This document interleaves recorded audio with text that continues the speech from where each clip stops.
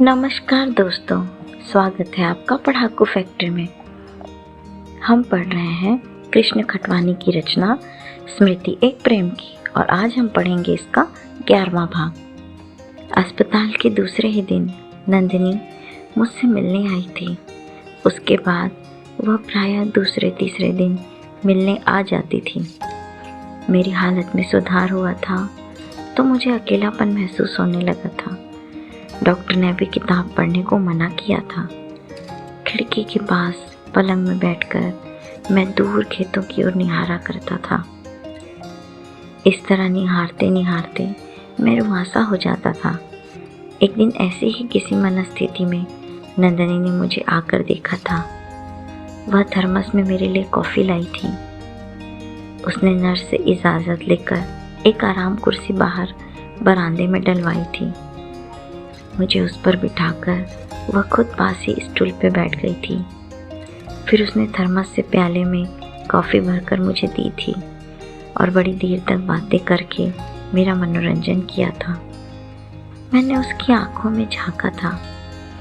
उसमें न प्रेम था न घृणा थी। वह सहज बर्ताव कर रही थी। बुखार के दौरान वह जब भी आई थी, उसने सबसे पहले अपनी उंगलियां मेरे माथे पर रखकर बुखार का अंदाज़ा लगाया था। मेरे ऊपर पड़ी हुई चादर को ठीक करते हुए कहती थी, तुम्हें विश्राम करना चाहिए, सोचना भी नहीं चाहिए। आजकल बहुत सी बीमारियां बहुत सोचने के कारण ही होती हैं। उस दिन भी उसने विदा लेते समय आदत के मुताबिक अपना हाथ मेरे माथे पर रखा था। फिर उसने मुंह दूसरी ओर फेर कर कहा था, मैं कुछ दिन के लिए शायद न आ सकूं। मैंने कुछ नहीं कहा था। मुझे लगा था मुझे उसका कारण पूछने का कोई अधिकार न था। फिर भी सवाल से भरी मेरी निगाहें उसकी ओर उठी थीं। नंदिनी उन निगाहों से बचने के लिए मेरे सिरहाने पर आ खड़ी हुई थी। मेरे बालों को सहलाते हुए बोली थी, तुम अब ठीक हो गए हो। तुम्हें पता है कि हर रोज इसी समय हम देवव्रत और मैं घूमने जाते हैं। मैंने अपने आप को मजबूत बनाने के लिए आंखें मीच ली थी। नर्स तुम्हें अंदर लिवा ले जाएगी, यह कहकर वह चली गई थी। फिर न जाने क्यों दरवाजे पर से लौट आई थी। मैंने सुना है कि डॉक्टर ने अभी तुम्हें किताब पढ़ने की इजाज़त नहीं दी है।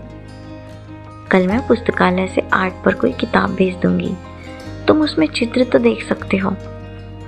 फिर उसने जरा हिचकिचाकर कहा था,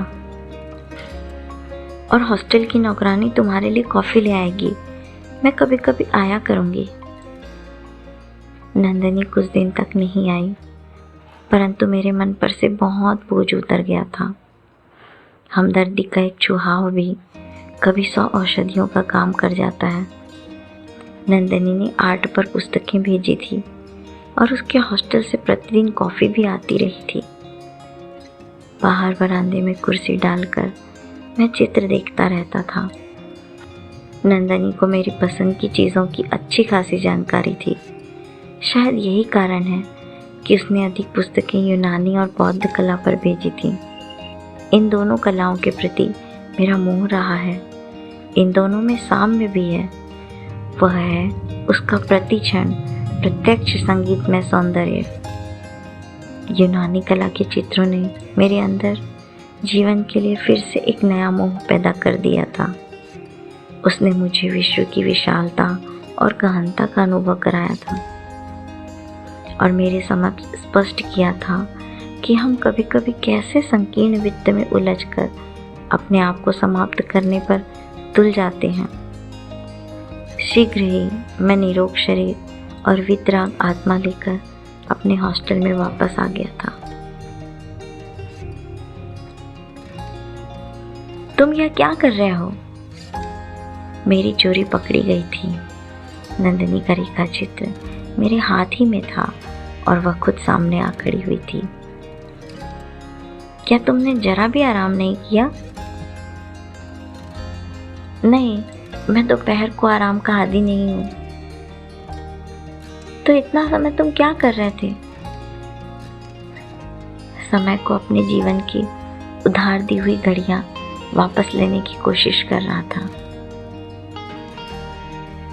क्या अतीत किसी को वापस मिला है? अतीत हमारा अपना ही है, हम वह कभी किसी को देना नहीं चाहते हैं।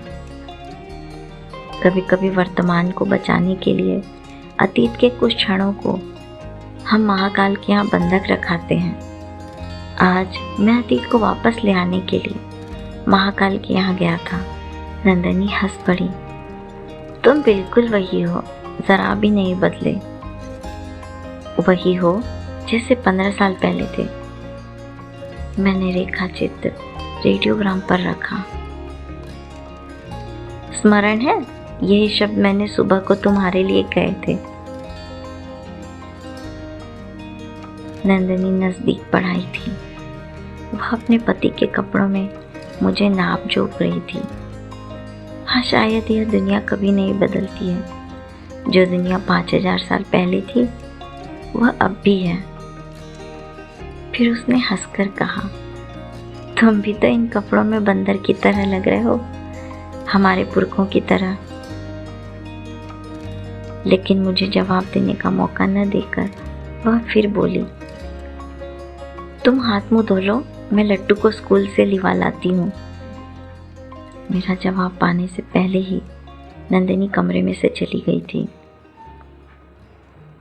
हाथ मुंह धोकर कपड़े बदलकर मैं ड्राइंग रूम में दीपा से बातें कर रहा था कि नंदिनी एक बच्ची का हाथ पकड़कर कमरे में प्रविष्ट हुई। नंदिनी ने लट्टू से कहा, अंकल को नमस्ते करो। लट्टू अभी मुझसे नमस्ते कहती ही कि उससे पहले मैंने उसे गोद में ले लिया और बेखबरी से उसके माथे को चूम लिया। यह सब एक क्षण में ही हो गया। आश्चर्य मुझे भी हुआ और नंदिनी को भी। कई साल पहले मैंने नंदिनी को कई बार कहा था, नंदिनी तुम्हारा मस्तक बहुत सुंदर है। और सच तो यह है कि मैंने कई बार उस मस्तक को लालची निगाहों से देखा था और आज अचानक ही मौका पाकर अनजाने में मैंने उस मस्तक को चूम लिया था। लेकिन मैंने किसकी पेशानी को चूमा था? लट्टू की पेशानी को या नंदिनी की पेशानी को? शायद दोनों की पेशानियों को। लट्टू हूबहू अपनी माँ की तरह थी। लट्टू मेरे घुटनों पर बैठकर मेरे सवालों का जवाब दे रही थी। मैं कभी उसके बालों को संवार रहा था, कभी उसके हाथों को पकड़कर खेल रहा था। दीपा रसोई घर में चाय बना रही थी। नंदिनी सामने खड़ी थी। मैंने कहा, यह दूसरी नंदिनी बैठी है। नंदिनी ने कहा, परंतु यह नंदिनी होकर बड़ी ना होगी, यह लट्टू होकर बड़ी होगी। प्रत्येक पीढ़ी में मानव नए ढंग से विकसित होता है। दीपा कमरे में चाय लेकर आई थी तो नंदिनी ने कहा था, अभी लट्टू ने हाथ मुंह तक नहीं धोया है, हम चाय पिएं? दीपा लट्टू को तैयार कर लेगी। दीपा लट्टू के साथ भीतर कमरे में गई। नंदिनी ने प्यालों में चाय डाली और फिर चाय का प्याला बढ़ाते हुए कहा, संध्या को कहीं घूमने चलोगे? समुद्र तट पर? नंदिनी कुछ क्षणों के लिए शांत हो गई। शायद उसे कुछ स्मरण हुआ आया और उसने कुछ बुलाना चाहा। तुम क्या अब भी समुद्र से प्रेम करते हो? मैंने हंसकर कहा, समुद्र से प्रेम करना सरल है, कम से कम कोई निराश तो नहीं होता। समुद्र का गीत सबके लिए है, उसकी सुंदरता सबके लिए है। परंतु मानव जिससे प्रेम करता है उससे वह सब कुछ पाने की आशा करता है जो कुछ सबके लिए नहीं होता, जो कुछ विशेषकर उसके लिए होता है। मुझे प्रकृति के सौंदर्य में ऐसी आत्मीयता मिली है नंदिनी, जब भी मैं प्रकृति की गोद में अकेला हूँ तो मुझे लगता है कि कोई प्रियजन मेरे पास में है और मुझसे मधुर मधुर बोल रहा है। मैंने अपने जीवन में प्रत्येक मानव को इसी दृष्टि से देखा है, जैसे किसी कलाकृति को देखा जाता है। कला किसी एक इंसान की मिल्कियत नहीं है। कला प्रत्येक नए दर्शक के लिए नया जन्म लेती है। वह प्रकृति के सौंदर्य की भांति है जो सभी के लिए है। सत्येन, बताओ, तुमने कभी किसी इंसान से प्रेम किया है? नंदिनी के प्रश्न ने मुझे चौंका दिया। मैं क्षण भर के लिए उसकी आंखों की ओर देखता रहा। उसकी नजरें मेरे तरफ न थीं। तुम क्या समझती हो नंदिनी? तुम एक कलाकार की भांति निर्मोही हो। कलाकार किसी इंसान के मोह में कुछ समय के लिए सब कुछ भुला सकता है। वह सहता भी है, तड़पता भी है, परंतु वह उसका इन्फेक्चुएशन होता है जो थोड़े दिन चलता है। वह सदा आज़ाद पक्षी की तरह उड़ना चाहता है। उसका घोंसला एक पेड़ पर नहीं हो सकता। यह ठीक है कि कुछ घड़ियां वह एक पेड़ पर आराम करता है, पर उसकी आत्मा अपने आप को दूर गगन में ही पाती है। जैसे किसी कलाकृति में उसका मोह तब तक होता है जब तक वह पूर्ण नहीं होती। दूसरे इंसान में भी उसका चाव तब तक होता है जब तक वह उससे छिपा हुआ है। जैसे ही उसके भीतर का इंसान जाहिर हुआ, कलाकार का उसके प्रति मोह अपनी अर्थवत्ता खो देता है। मैं कुछ देर के लिए नंदिनी की ओर शांत भाव से देखता रहा, फिर बोला, मैंने कुदरत से ही नहीं, किसी इंसान से भी प्रेम किया था। और उसने तुम्हें क्या दिया? पीड़ा, वेदना, आग की तरह जलना, लावे की तरह भीतर ही भीतर सुलगना। नहीं नहीं, नंदिनी जैसे उस इंसान का पक्ष ले रही थी। जाने से पहले मैं तुम्हें उसका नाम भी बता दूंगा। नंदिनी ने मेरी तरफ नहीं देखा। उसने मेरी बात को आगे भी नहीं बढ़ाया। अचानक उसने सिर उठाकर जैसे सपने से जागकर कहा, हमें चलना चाहिए। मुझे रात के खाने के लिए बाजार से कुछ चीजें भी लानी हैं। फिर हंसकर कहा, इस तरह घर का काम करते करते यह पता तक नहीं होता कि जिंदगी में और कुछ बेहतर भी हो सकता है। समुद्र के निकट जाना मेरे लिए एक विचित्र अनुभव था। सबसे पहले तो भय लगता है, हृदय धड़कने लगता है जैसे मैं अपने प्रियतम के पास में जा रहा हूँ। उसके बाद लगता है मैं निर्वस्त्र हो रहा हूँ, नग्न हो रहा हूँ। मुझे न जाने कैसी गुदगुदी होती है, परंतु शीघ्र ही मेरा शरीर भुरभुराने लगता है, झड़ जाता है। शेष रह जाती है आत्मा। उस दिन नंदिनी मेरे साथ रही। घर के बाहर निकलते समय उसने अपने ब्लाउज पर जरा इत्र भी छिड़का था और उस इत्र से वह सारा समय घिरी रही। मैं भी गिरा हुआ था। हम इधर उधर की बातें करते रहे। उसने अपनी दिनचर्या के संबंध में बताया कि उसका दिन कैसे निकलता है, किन दुकानों से कौन कौन सी चीज़ें लेती है, उसके आसपास कौन कौन रहते हैं। अचानक मैं खड़ा हो गया। सामने समुद्र दिखाई दे रहा था। वही अधीर अशांत समुद्र, वही न थमने वाली आवाज़। कुछ देर के बाद मेरी निगाहें दूर दूर जाकर लौट आईं। मुझे लगा बहुत समय के बाद मैं अपने पुराने दोस्त के पास लौटा हूँ। नंदिनी की ओर देखकर बोला था, पूरे 1 साल के बाद समुद्र को देख रहा हूँ। नंदिनी ने न जाने किस विचित्र स्वर में कहा, कुछ दिन के लिए तुम मेरे घर पर रह जाओ, हर शाम को मैं तुम्हें समुद्र किनारे ले आऊंगी। हमने 2 क्षणों के लिए एक दूसरे को देखा।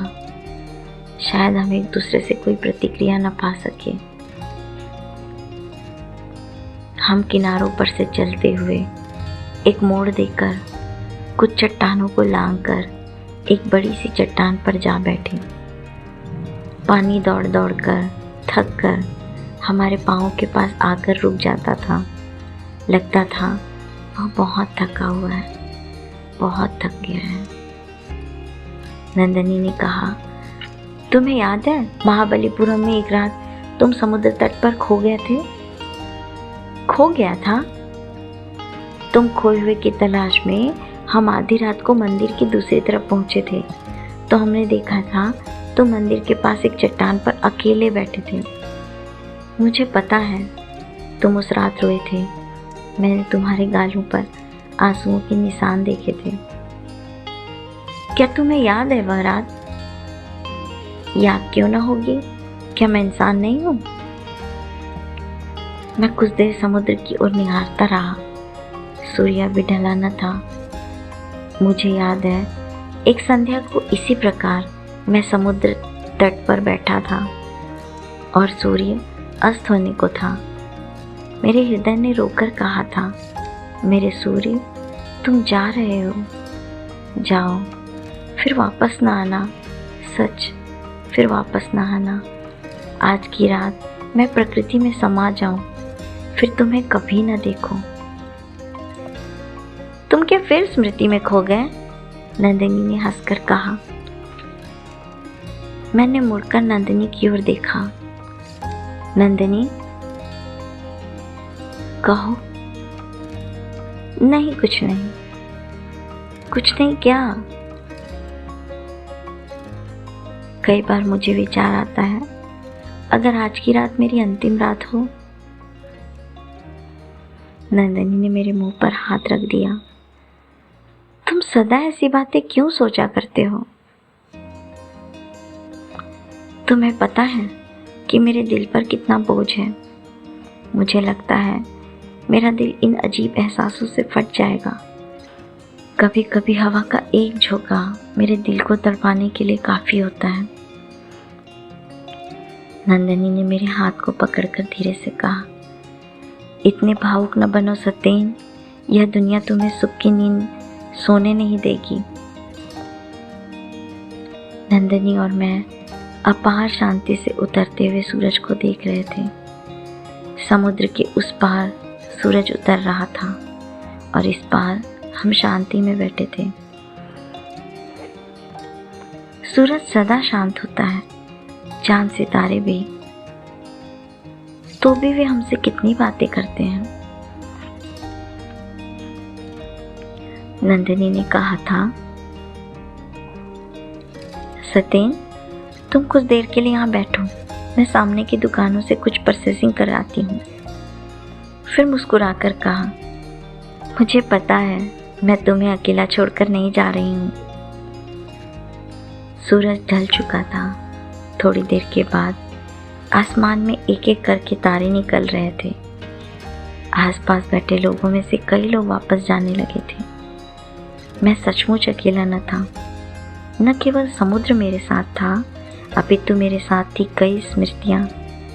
महाबलीपुरम का समुद्र और वह चांदनी रात जो हमने मद्रास से महाबलीपुरम नाव में जाते हुए बिताई थी। मेरे जीवन में सैकड़ों चांदनी रातें आई होंगी।